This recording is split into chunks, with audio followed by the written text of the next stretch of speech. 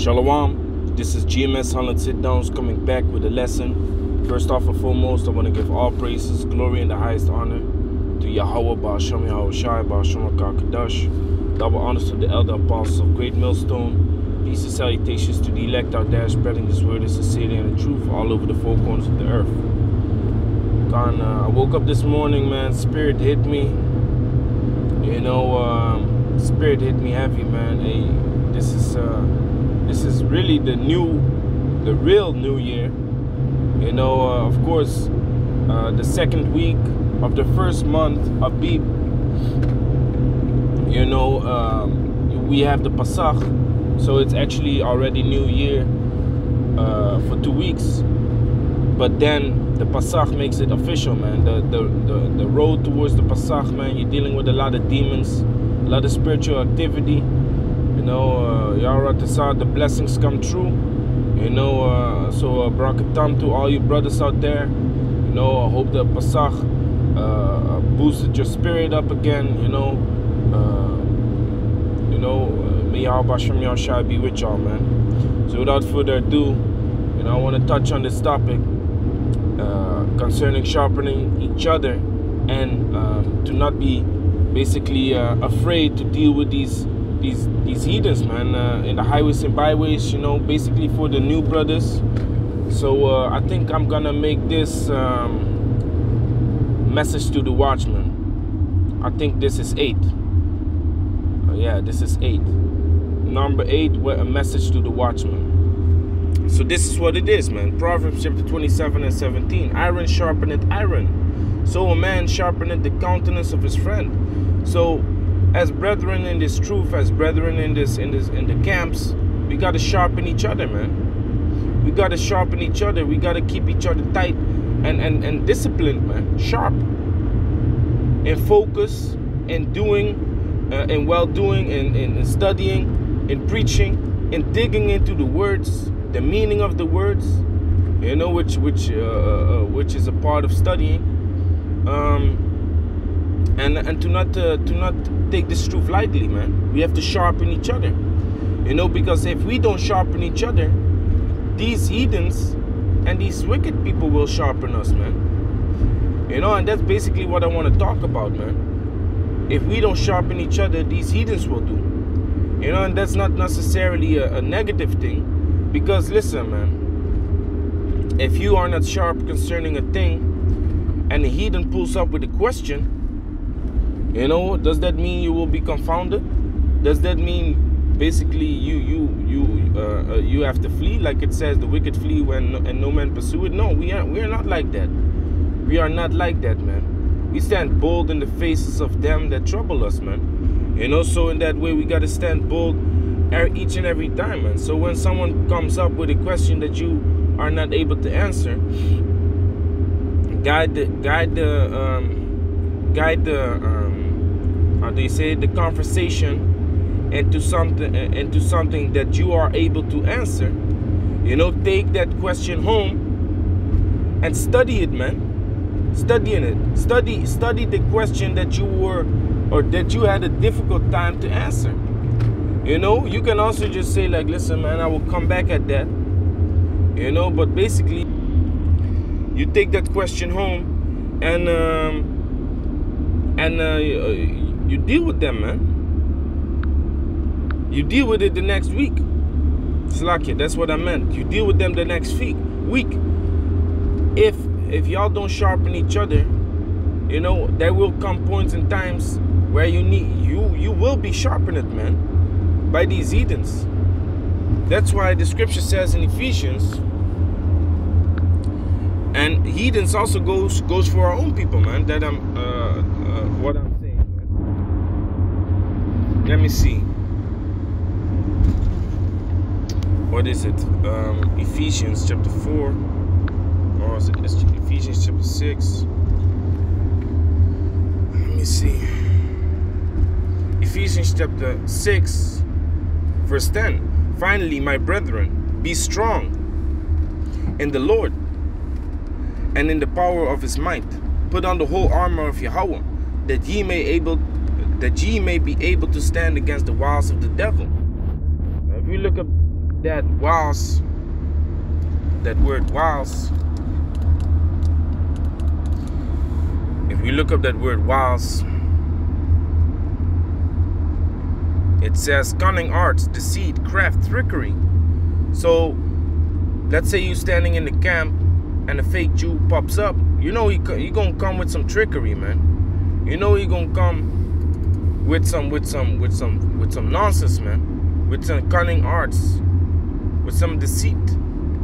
You know, I was watching the main camp one day, and they was dealing with these fake Jews, and they was reading about Isaac and Rebecca, about getting Jacob and Esau, and this is what the fake Jew supposed to believe in himself. But then he was trying to confound the Bible itself, man.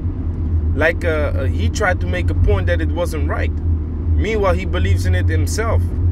So this so-called, you know, because these devils don't believe, man. These devils don't believe, man. They get programmed into this Judaism, which they don't even believe in themselves, man. It's just culture to them. You know, that's why more than 50% of the Jewish people, so-called Jew people in Israel, they don't believe, man. They call themselves cultural Jews. They only keep the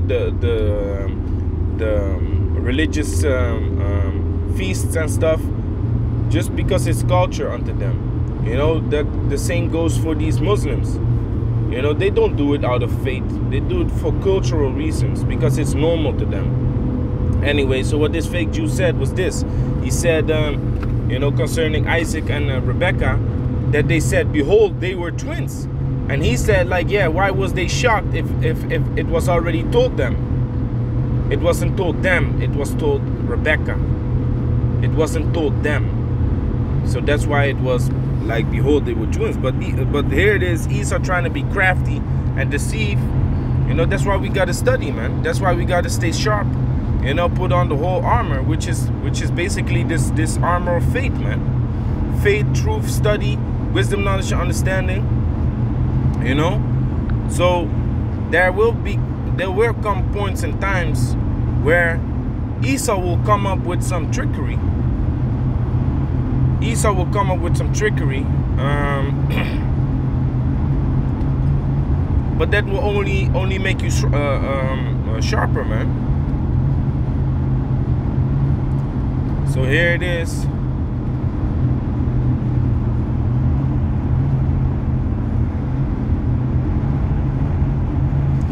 This is 1 Corinthians chapter 1, verse 27. But Yahweh had chosen the foolish things of the world to confound the wise. So when you're dealing with these heathens, when you're dealing with these wicked people, you know, these so-called theologians, fake Jews that have somewhat understanding of the Bible, carnal understanding, not spiritual understanding, but carnal understanding.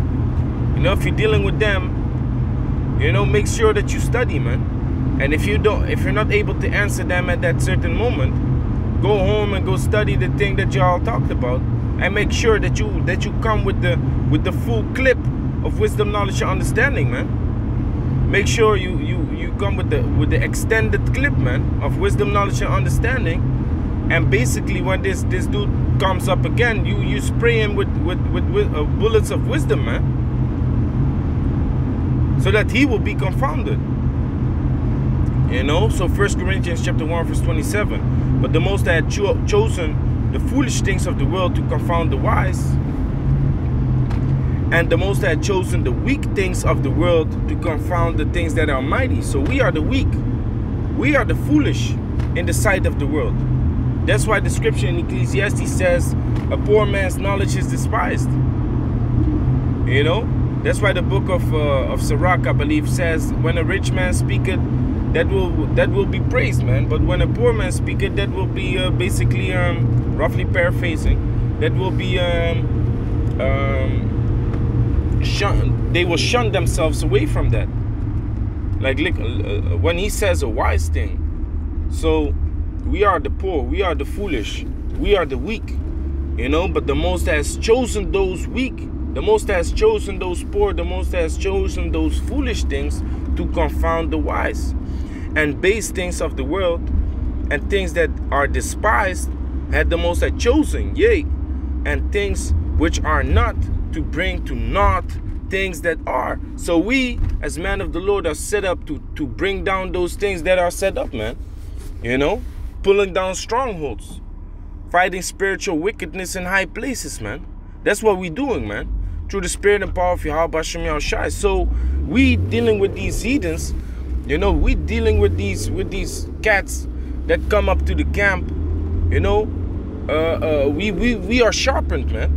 This is training, you know. So don't be quick to cut them off and basically cuss them out and tell them to keep it moving. No, man, they are puppets, man.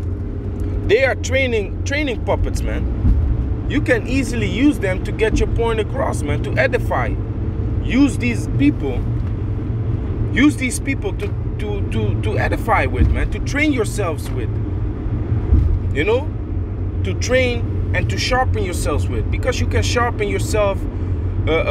You know, the scripture says iron sharpened iron. We sharpen each other with the righteous swords, but then you have a heathenistic sword, which will also be able to sharpen you with your righteous sword, man. That heathenistic sword will also sharpen the righteous sword, man, because you have to become sharp, you know. So that no flesh should glory in his presence.